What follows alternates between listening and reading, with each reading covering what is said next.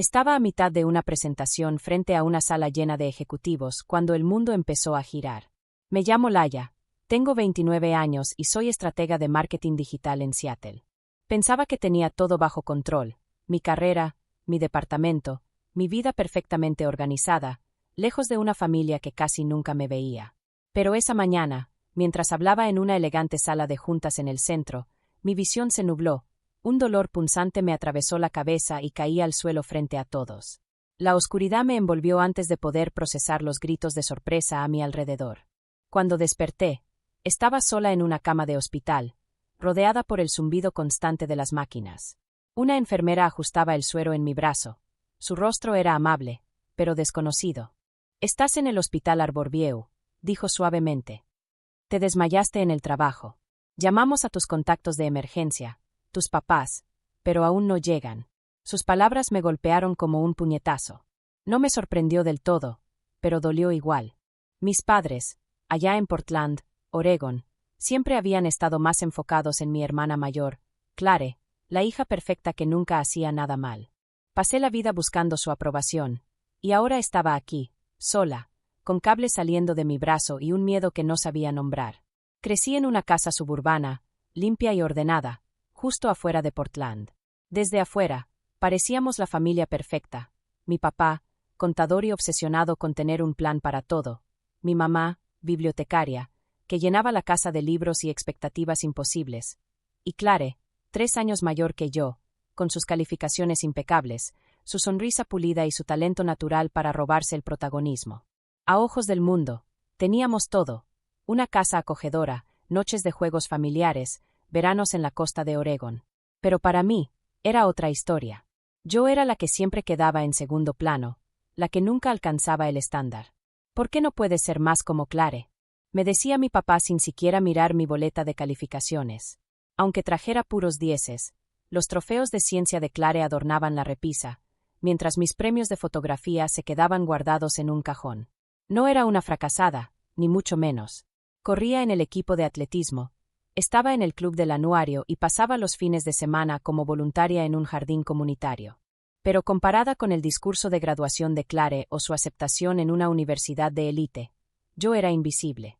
Un verano, cuando tenía 16, mis papás se saltaron mi exposición regional de fotografía para ir al campeonato de debate universitario de Clare.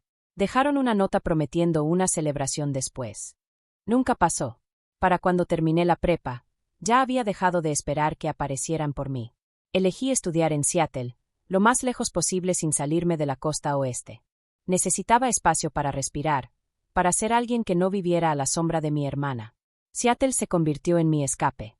Encontré un buen trabajo en una agencia de marketing manejando campañas internacionales.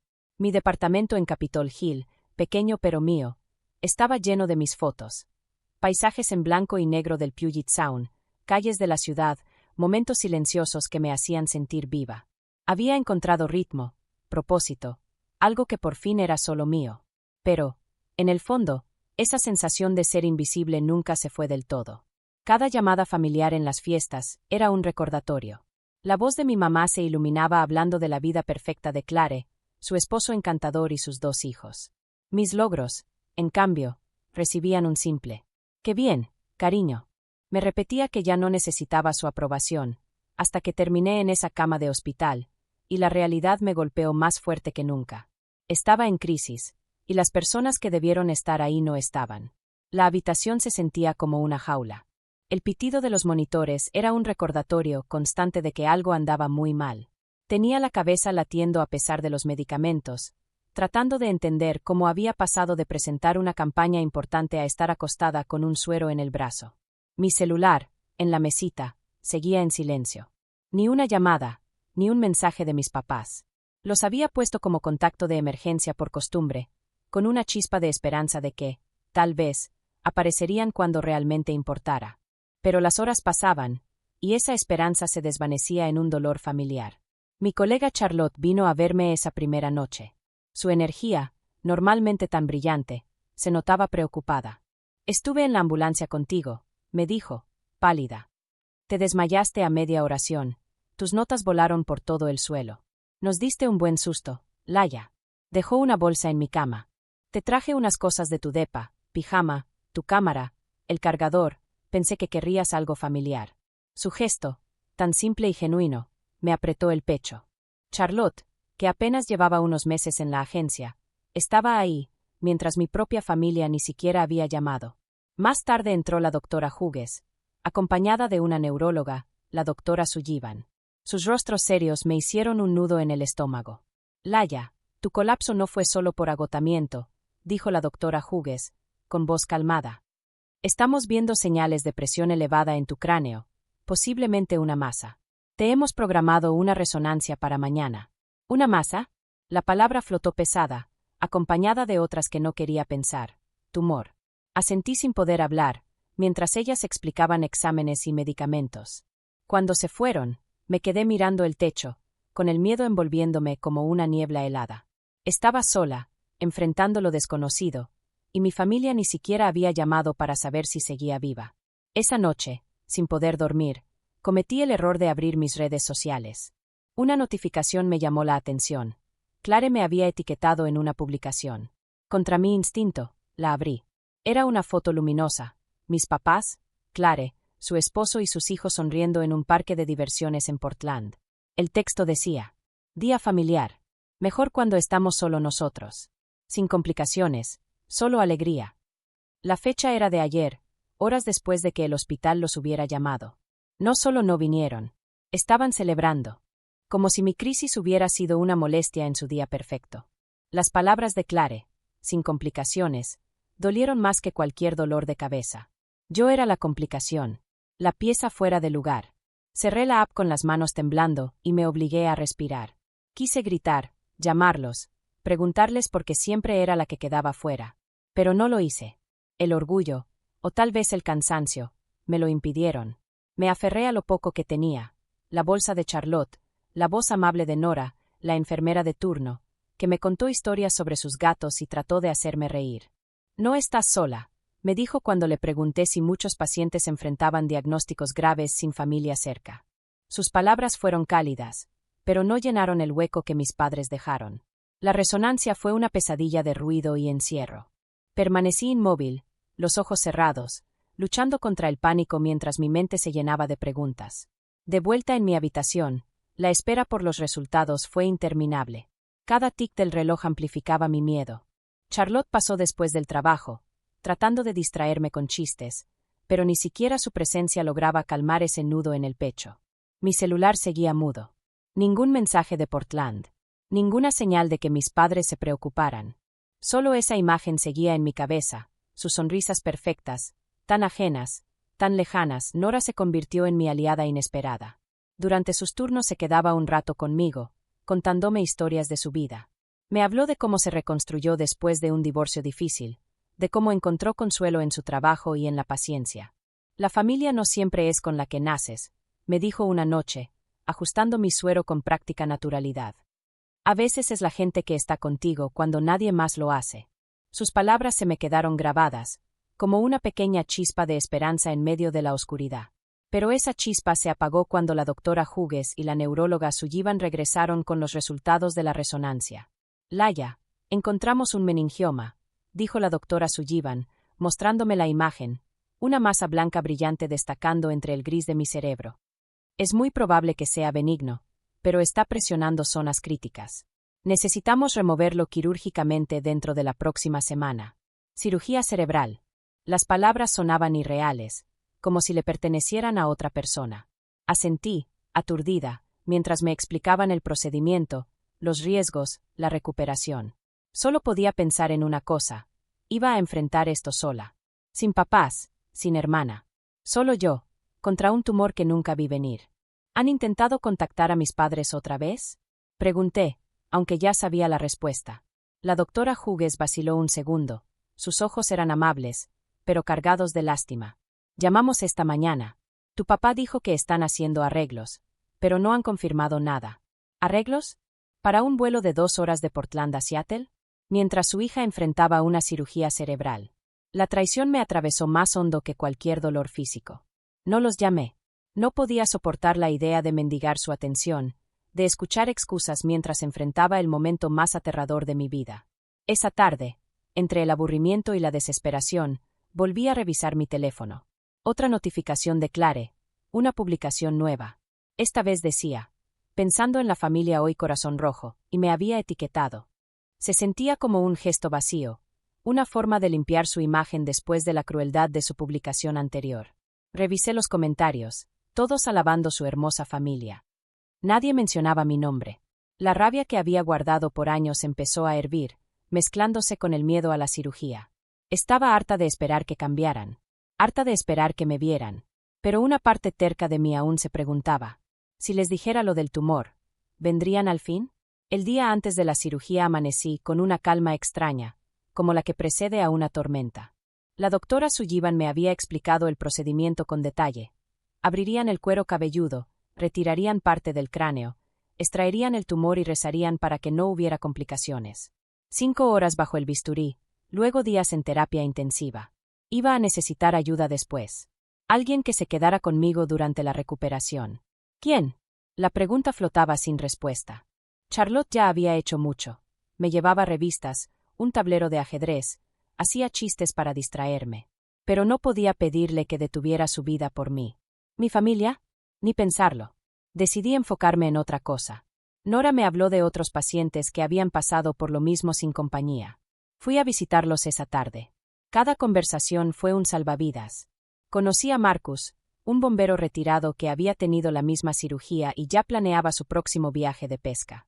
Y a Elena, una mamá soltera luchando contra el cáncer, cuyo sentido del humor mantenía vivo su espíritu pese a que su familia la había abandonado. Su fortaleza me envolvió, recordándome que no estaba tan sola como creía. Pero la verdadera prueba llegó esa noche, cuando mi celular se iluminó con varias llamadas perdidas y un mensaje de mi papá. Tu abuelo tuvo un derrame. Está en el hospital en Portland. Pregunta por ti. Llámanos. Mi abuelo. El único que siempre me había visto, el que me enseñó a mirar el mundo a través de una cámara, el que me mandaba cartas escritas a mano cuando nadie más lo hacía. Y ahora él estaba muriendo, mientras yo seguía atrapada en una cama de hospital. Llamé a Nora, temblando, y le mostré el mensaje. Es el único que siempre me entendió, dije, con la voz quebrada. Y ahora ni siquiera puedo ir a verlo. Ella me tomó la mano, su calma me ancló. No puedes viajar todavía, pero puedes hablar con él. Llámalos. Eres más fuerte de lo que crees. Con Charlotte y Nora a mi lado, marqué el número de mi papá. Contestó de inmediato, su voz tensa. Laya, ¿dónde has estado? Te hemos estado llamando por días. Ni un atisbo de preocupación, solo reproche. Respiré hondo. He estado en el hospital, papá. Me desmayé en el trabajo. Tengo un tumor cerebral. Mañana me operan. El silencio fue más largo de lo que esperaba. ¿Un tumor? Dijo al fin, con voz pequeña. ¿Por qué no nos dijiste? Solté una risa amarga que me dolió en la cabeza. El hospital los llamó varias veces. Dijeron que vendrían, pero se fueron a un parque de diversiones con Clare. Otra pausa. Más pesada. No sabíamos que era serio, balbuceó. Dijeron que era deshidratación, agotamiento. Y ni siquiera se molestaron en comprobarlo, le solté. Toda una vida de dolor acumulado saliendo de golpe. Enfrenté un diagnóstico de tumor cerebral sola. Mañana entro a cirugía sola, porque mi familia estaba demasiado ocupada teniendo un día sin drama sin mí. Por primera vez, mi papá no tuvo excusas. Lo siento, Laya, dijo al fin, las palabras torpes en su boca. De verdad, debimos estar ahí. ¿Y el abuelo? Pregunté, conteniendo las lágrimas. No está bien. Fue un derrame fuerte. Está débil, pero despierto. Quiere verte. No podía viajar. La doctora Sullivan había sido clara. 0 movimientos después de la cirugía. Haz una videollamada, dije. Necesito hablar con él. Mi papá dudó. Tu mamá y Clare están aquí. También quieren hablar. No, le corté. Solo el abuelo. 1 hora después, la llamada llegó. La cara de mi abuelo llenó la pantalla, pálida, frágil, pero sus ojos se iluminaron al verme. Laya, mi niña, dijo, su voz débil pero cálida. Me acomodé el vendaje en la cabeza, tratando de que no lo notara, pero lo hizo. ¿Qué te pasó? Solo una pequeña cirugía, mentí con una sonrisa. Un tumor cerebral, pero estoy bien.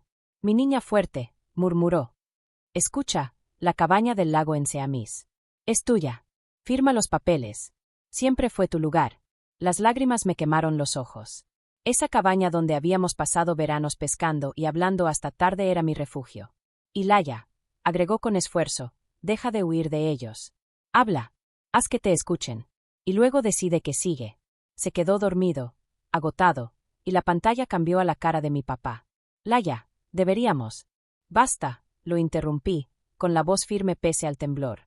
Me pasé la vida intentando ser suficiente para ustedes. Para ti, para mamá, para Clare. Les traje premios, construí una carrera, y nunca fue suficiente. Cuando más los necesitaba, se fueron a un parque. Mi mamá y Clare aparecieron detrás de él, sus rostros llenos de culpa. No sabíamos, empezó Clare. Sí sabías, la corté. Sabían que estaba en el hospital, y decidieron ignorarlo. Eso no es un error. Es un patrón.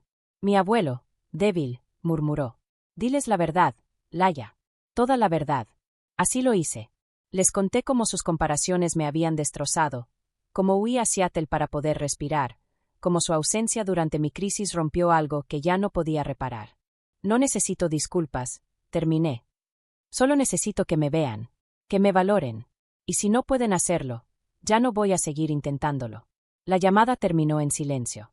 Mi verdad quedó flotando entre nosotros, cruda y real. La cirugía fue un éxito. La doctora Sullivan la llamó un caso de libro. Los primeros días en terapia intensiva fueron una mezcla de dolor y niebla, pero Charlotte estuvo ahí, siempre sonriente. Nora pasaba en sus descansos, y Marcus me envió una tarjeta desde su habitación al final del pasillo. Mi teléfono siguió en silencio. Ningún mensaje de Portland. Pero ya no los necesitaba. Había encontrado a mi gente, los que aparecen sin que se lo pidas. 2 semanas después, contra las recomendaciones de la doctora Sullivan, pero con su permiso cauteloso, subí a un tren rumbo a Portland. El derrame había dejado a mi abuelo frágil, y necesitaba verlo, agradecerle por nunca haber dejado de verme. Charlotte me acompañó, bromeando con que era mi guardaespaldas médica. El viaje fue agotador. Cada sacudida del tren me recordaba la herida que seguía sanando. Pero el pensamiento de ver a mi abuelo me mantenía firme. Llegamos temprano por la mañana al Hospital Legacy Emanuel. No le avisé a nadie más.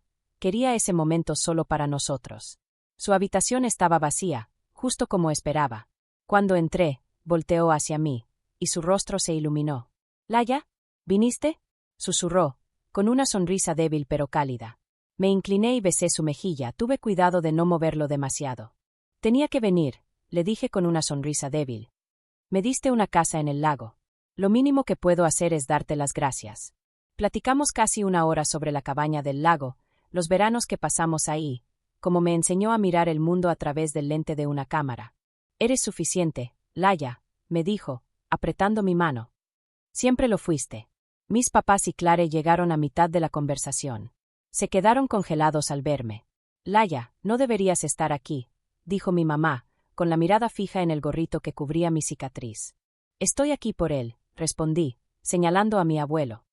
«No por ustedes». La tensión era espesa, casi tangible. Mi abuelo la rompió con su voz firme. «Siéntense», ordenó. «Es momento de decir la verdad». Y lo hizo. Los enfrentó sin titubear. A mis papás, por haber favorecido siempre a Clare, por disfrutarlo, y a mí, por huir en lugar de pelear. «Arreglen esto», dijo con esfuerzo. «Háganlo antes de que yo me vaya». Tomé aire y hablé, más tranquila esta vez, pero igual de firme. «Los necesitaba», les dije. No solo durante la cirugía, los necesité toda mi vida. Me hicieron sentir invisible. Ya no voy a seguir rogando por su amor. Mis papás prometieron intentar cambiar. Sus palabras fueron cautelosas, pero sonaron sinceras. Clare se disculpó también, con la voz bajita, pero yo no estaba lista para perdonarla. No todavía. Me despedí de mi abuelo con una promesa: volver al día siguiente. Me fui con Charlotte a mi lado, en silencio, con el corazón apretado pero en paz. 6 meses después, estaba de pie en el muelle de la cabaña del lago Sammamish, el regalo de mi abuelo, ahora mi refugio. Él se había ido tranquilamente 1 mes después de aquella visita, pero sus palabras seguían conmigo, marcadas en mi alma. Mi recuperación fue constante. Volví a tomar mi cámara, a trabajar, a vivir. Mi fotografía floreció, y mi vida se sentía más plena que nunca. Mi familia intentaba acercarse. Llamadas torpes, visitas breves, pero sinceras. Aún así, el cambio más importante no fue en ellos, fue en mí. Ya no necesitaba su aprobación. Charlotte, Nora y mi grupo de apoyo del hospital se habían convertido en mi verdadera familia. Venían los fines de semana a la cabaña, llenando el lugar de risas, música y calidez. Aprendí la lección más dura, pero también la más real. La familia no siempre es la de sangre. Es la gente que se sienta junto a tu cama, que te ve cuando te estás desmoronando, que se queda para ayudarte a sanar. Por fin era libre. Libre para ser suficiente, tal como soy. Gracias por escuchar mi historia. Si te tocó el corazón, compártela con alguien que necesite oír que ya es suficiente, exactamente como es. Todos merecemos gente que esté ahí, siempre.